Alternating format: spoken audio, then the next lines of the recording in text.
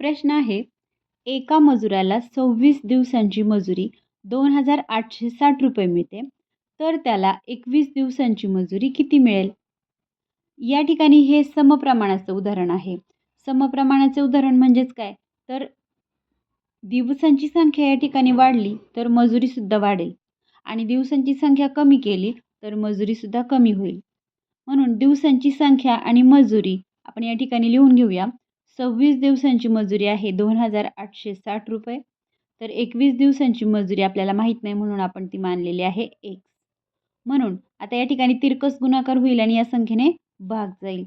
x बरोबर 21 गुणिले 2,860 भागिले 26.